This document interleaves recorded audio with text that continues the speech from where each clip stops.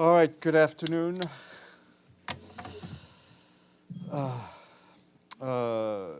Good afternoon. I'll just start up with an update from Gaza with some information shared by our colleagues in the Office for the Coordination of Humanitarian Affairs.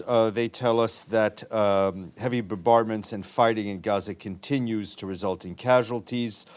Yesterday morning, Médecins Sans Frontières reported that a shell broke through the wall of one of their shelters, housing more than 100 staff and their families in Khan Younis in the south of the Gaza Strip. 5 people were injured, including a 5-year-old child of a staff member who is in critical condition. Also yesterday, the European hospital in Khan Younis was reportedly struck by drones.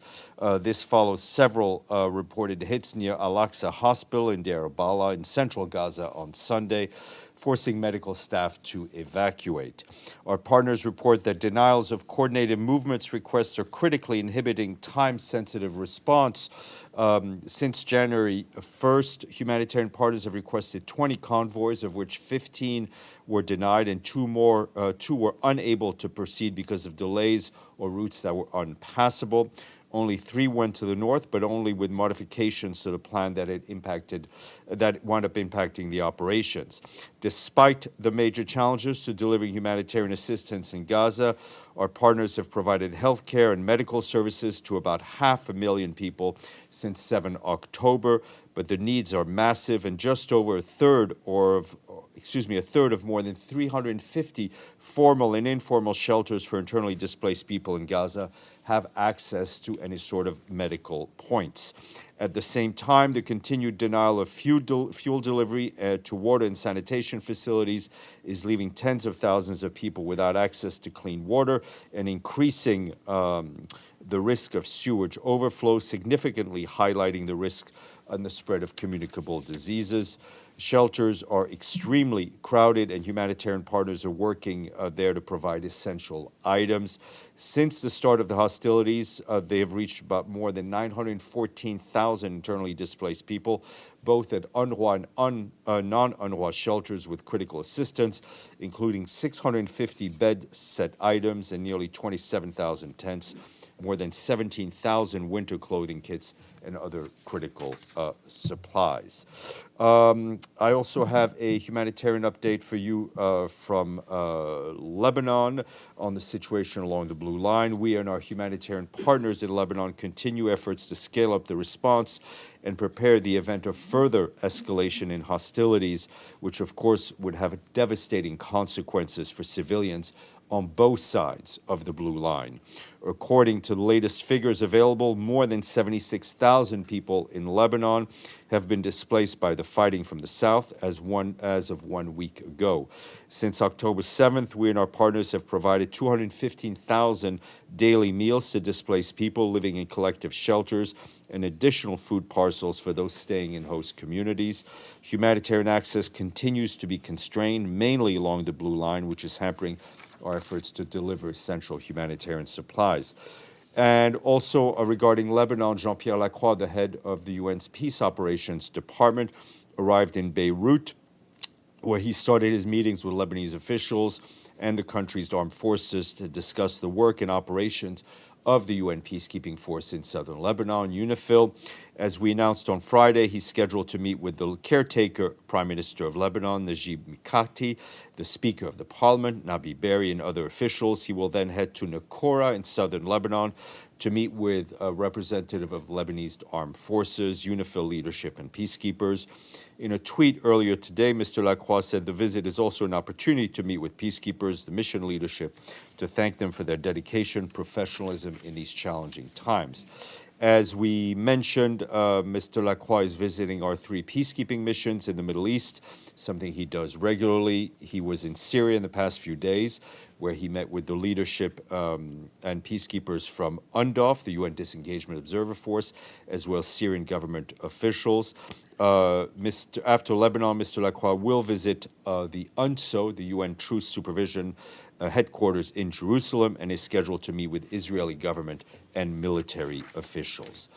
Moving on to Yemen, the special envoy of the Secretary General for Yemen, Hans Grunberg, is continuing his engagements with the parties in the region Today, he met with Ansar Allah chief negotiator Mohammed Abdullah Salam in Muscat, in Oman, to discuss the UN roadmap, which will operationalize the parties' commitments to a nationwide ceasefire, measures to improve the living conditions in Yemen, and the resumption of an inclusive political process under the auspices of the United Nations. He also met with senior Omani officials in the capital to discuss the sustaining the concerted regional support for the UN's mediations effort. Earlier this week, he held discussions with the president of the Presidential Leadership Council, Rashad al-Alimi.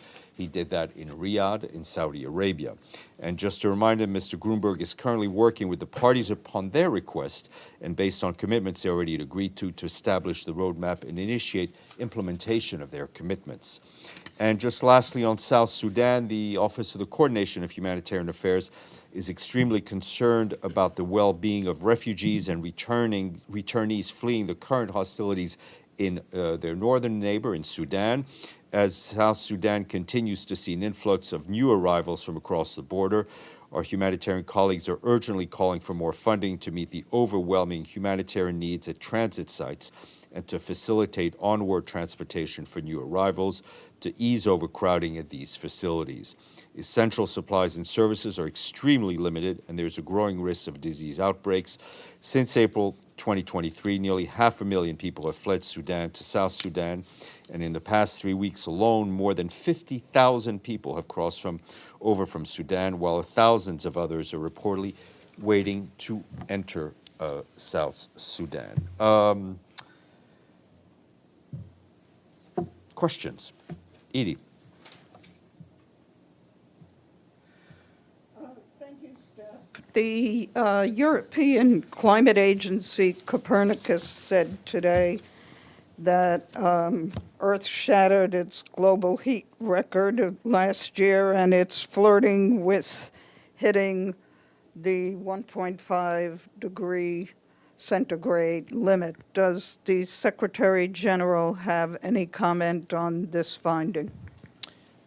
For the Secretary General, he believes that humanity's actions are scorching the earth. 2023 was a mere preview of the catastrophic future that awaits if we don't act now. We must respond to record-breaking temperatures with a path-breaking action. Mr. Guterres believes that leaders must commit to serious new national climate action plans, end the fossil fuel age, fast and fairly, and invest in helping vulnerable countries to combat climate chaos.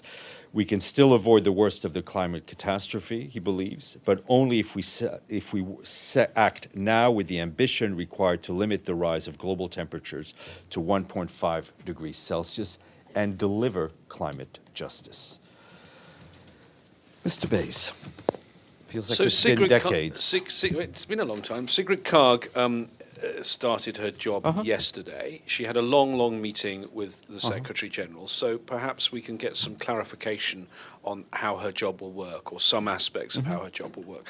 Firstly, who does she report to? She reports to the Secretary General through Martin Griffiths, the Undersecretary General for the Humanitarian. So she's part of OCHA? She has a... Sorry, we look at... No. Oh, okay. No,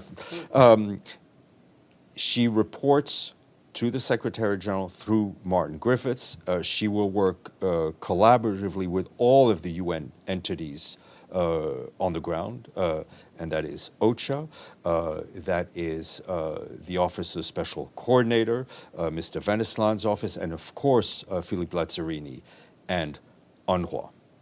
And does she, is she subsuming the job that was Lynn Hastings' job as well? No, Jamie McGoldrick, as you know, was sent on an interim basis to succeed Lynn Hastings. Is he just doing the West Bank then now? She is doing what the Security Council asked her to do. So her job description is in Resolution 2173, right? That's her job description. 2720. Yeah, okay. Her job description is in Security Council Resolution 2720. And obviously to do her job, she needs the cooperation of the parties, the Palestinian groups, the Palestinian Authority, Hamas, and the Israeli government. Have you got an understanding from all parties that they will cooperate with her? And of course, she needs the help of all the regional countries as well. She will need everyone's help, right? She is there on a mandate of the Security Council. She will work hard. She will be extremely pragmatic, and also, I think, modest in view of the enormous challenges that she is facing. She has begun to have contacts with various representatives here, and then she will travel to the region soon. She's also going to Washington, though. I believe she will go. We were told yesterday by Florencia. Yeah, no, I'm not denying it. No, but who is I'm she not meeting- denying what Florencia said to you. Who is she meeting in Washington? We will get more clarity closer to the date. And my final question, just because the reason I was pressing you on that is, as you know, Lynn Hastings was, the Israelis would no longer deal with her.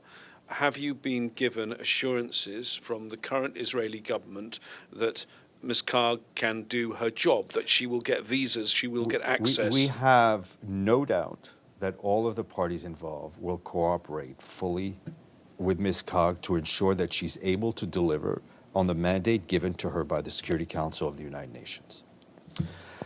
Ibtisam Azam. Thank you.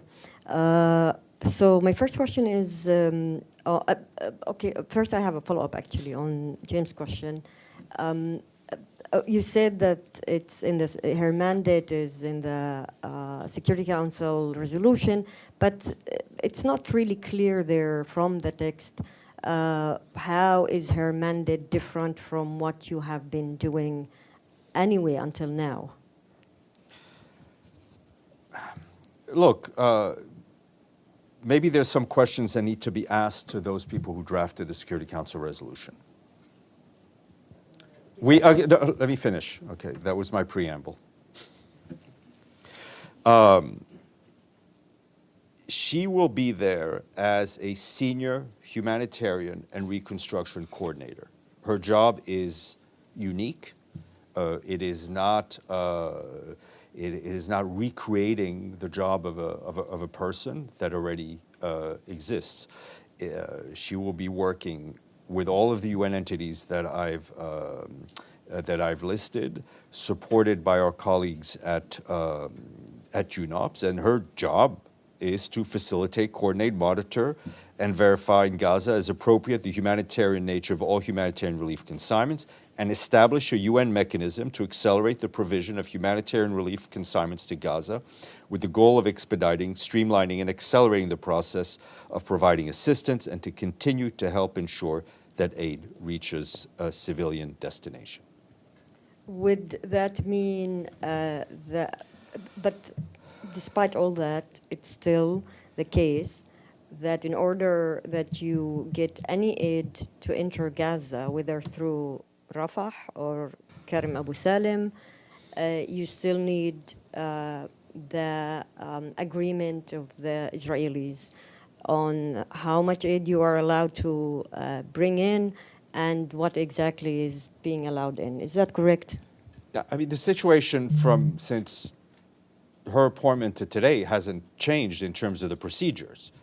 She will focus on building a mechanism as outlined with the aim of just getting more aid into Gaza and also look at the reconstruction. My final question is, as you know, there was a group of rabbis for ceasefire who occupied peacefully part of the Security Council. I don't know if anybody from your office or met with them. Do you have any comments on their demands, on the action? Thank you. They were a very nice group of about 49 people.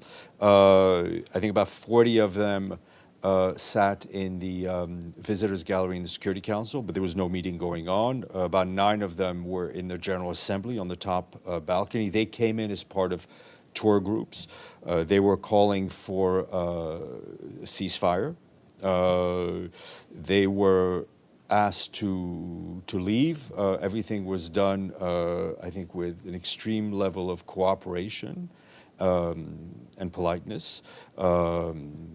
And they wanted to be heard, and I think they were heard. We took down their information, and their only message was for an immediate humanitarian ceasefire, which is frankly what we've all been calling for here as well. Stefano.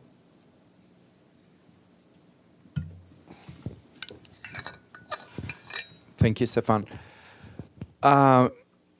In an interview to the Wall Street Journal, the defense minister of Israel had said that, and I quote, "We can copy-paste Gaza to Beirut."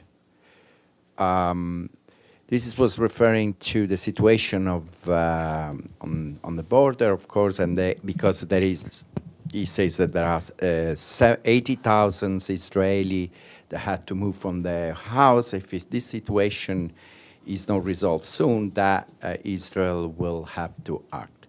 So you just say that Lacroix is arrived in Beirut. So he's talking about the situation with UNIFIL, but when is exactly, what are the, my question is, what if a situation like this happens, that Israel actually will invade or attack or will do something like this in Lebanon, what are exactly the rules of engagement of the UNIFIL force there? What they will have to do to protect themselves and eventually also the civilians there? Yeah, I mean, UNIFIL mandates is very clear, and it's outlined in all the relevant Security Council resolutions. We have repeatedly said, privately and publicly, that any greater escalation that we're already seeing on the blue line, along the blue line, will be catastrophic for civilians in Lebanon, for civilians in Israel, and for the region as a whole. And obviously, one of the messages that Mr. Lacroix will be carrying is exactly that. And speaking from looking back at the historical record, UNIFIL soldiers have paid a horrific price in blood during previous escalations. Sharife. I have a follow-up because at the same time, Israel is saying that in reality, the resolution 1701, that according to the resolution, Hezbollah should never been and still operating in the area of the blue zone, and especially be armed. So Israel is saying basically that the resolution of the UN had never been respected, and so that's why eventually we'll have to act. At this point, the Lebanese government, just yesterday, say that they are ready to implement fully the resolution. Okay, everybody has their responsibilities under the various resolutions, including 1701, and it is important that the Lebanese authorities restore full state authority in all areas of Lebanon, including south of the Litani River. Just the question. Does the Secretary General think that if the Israeli act, because they say that actually the resolution 1701 was never fully implemented, will be justified? I mean, does agree with that? I'm not going to hypothesize, but I can tell you no one should take matters into their own hands. Sharife. He did kind of ask my question, but I do have a follow-up. Well, that's okay. You don't I need know to that ask would it. make you happy. You don't have to have a follow-up. I do. Yeah. So basically, despite your warnings regarding an escalation in the region, there are many reports, both in Israeli and international media, that Israel is preparing for a comprehensive and maybe intensifying attack on Hezbollah in Lebanon. Do you think this would be considered within Israel's right to self-defense? I'm not going to speculate. What I and hypothesize. What I will just say is just restate the fact that we do not want to see any greater escalation along the blue line, which would have devastating impact on Israelis living in the north and Lebanese living in the south. Let me go to the screen and I'll come back to the room. Margaret Bashir, Voice of America. Thank you. Hi, Steph. Welcome back. Happy New Year. Indeed. I have a couple, so bear with me. I'll go one by one. On the aid deliveries, you said that denials of coordinated movement requests are inhibiting OCHA's response. Who is denying them? My understanding is through the Israeli authorities. Okay. And then I don't know if you had an opportunity to watch any of the debate in the General Assembly earlier today, but the Israeli ambassador said that the UN is not making the return of their hostages a primary goal. And instead, the UN is, in his words, obsessed only with the well-being of Gazans. And he said that the UN ignores all Israeli victims and that the UN has become, quote, another tool of war in the arsenal of the terrorists. And Well, he's I saying don't that know. all UN bodies You are know, weaponized I think against Israel. I think one would have to ask him what part of the UN he's referring to. I mean, I think when people say the UN, my question back is always, which part of the UN are you referring to? I can tell you that the Secretary General is obsessed with the protection of all civilians. He has been calling for the protections of all civilians from the beginning. He has been calling for the immediate and unconditional release of all Israeli hostages. And as you know, he met with families and he has been doing whatever he can to facilitate their return. I think our work on behalf of civilians in Gaza is also fairly transparent to all. So I will leave it at that. Do you have another question, Ms. Bashir? Yeah, just one more, please. Also on the aid deliveries, he said that Israel doesn't need UN calls for humanitarian aid access. They're doing it.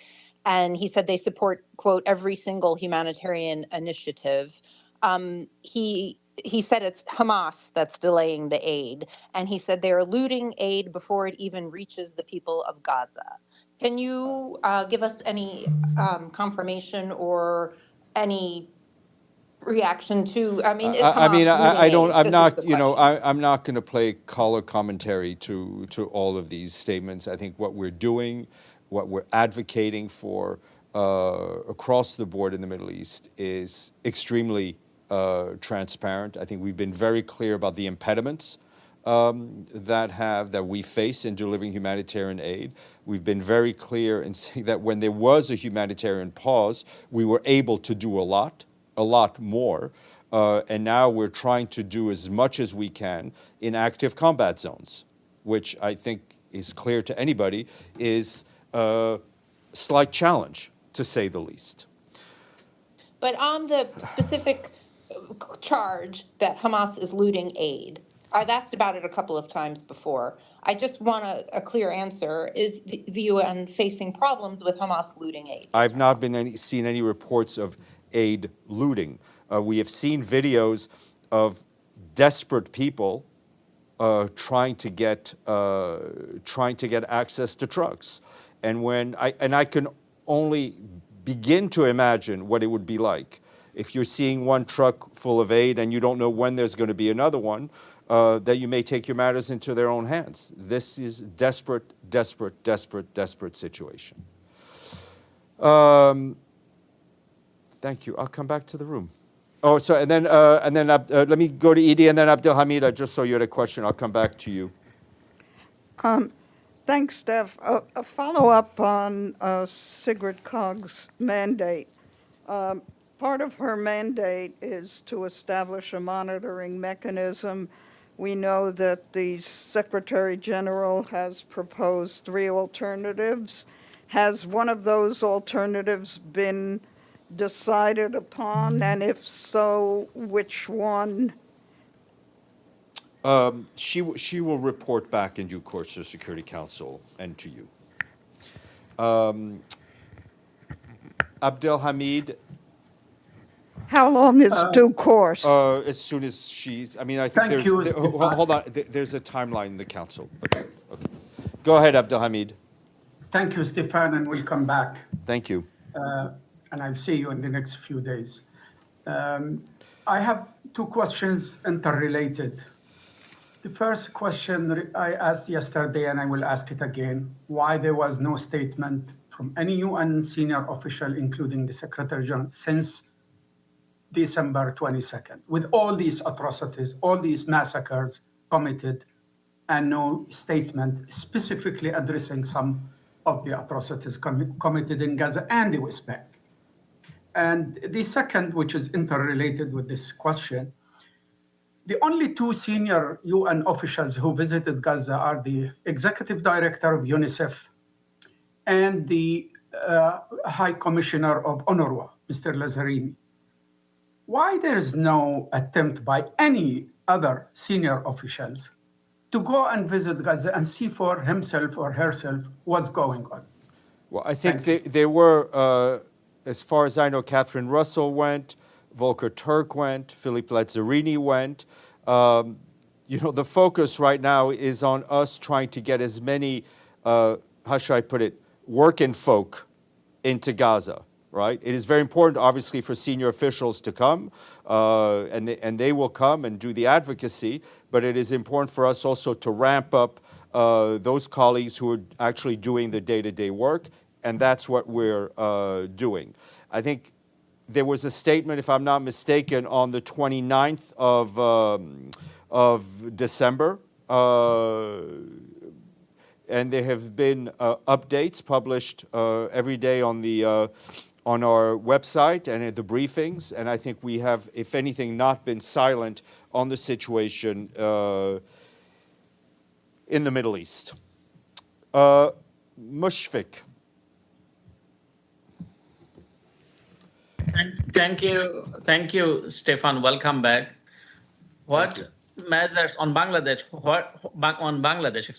What measures is the UN Secretary General taking to stand beside the victims, oppressed and disenfranchised people of Bangladesh facing a ruthless crackdown by the regime in the name of so-called election, as we have witnessed one-sided dummy election filled with voter rigging, intimidation, and boycotting by all major political parties in Bangladesh over the weekend? Well, I mean, I think, as we've told you earlier, the Secretary General calls on, and very publicly, for all parties to reject all forms of violence and to ensure that everyone's human rights and everyone's access to the rule of law are fully respected, and that is essential for the consolidation of democracy and economic prosperity in Bangladesh. And he's, of course, concerned about reports of the violence that we've seen. Dulcie. Thanks, Sigrid Kaag. The reconstruction aspect of her new role, what is the UN's Secretariat's understanding of that? What does it mean? Well, rebuilding. Okay, so how long is her term? Well, she will be in the job as until, I mean, she just started her job, so I'm not aware of an end term. She's only been here a week, so she is focusing very much, and she's in this for the long term. Okay, and then it's not just the Israeli ambassador who is making the claim that Hamas is stealing aid. The Israeli government spokesperson is tweeting it quite a bit. So you said that you had not seen any reports on this matter.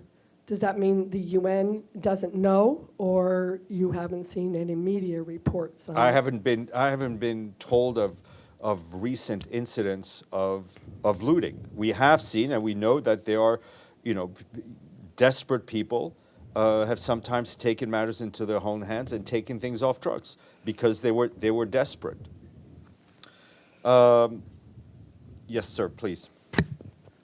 Hi, thank you for the spokesperson. So my name is Yu from Kyoto News. So my question is about the reform of the Security Council, including the veto. Mm-hmm.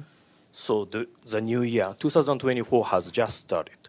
So do you think any progress of the reform will be made in 2024? Hope springs eternal. On that note, I will leave you with Monica. Thank you.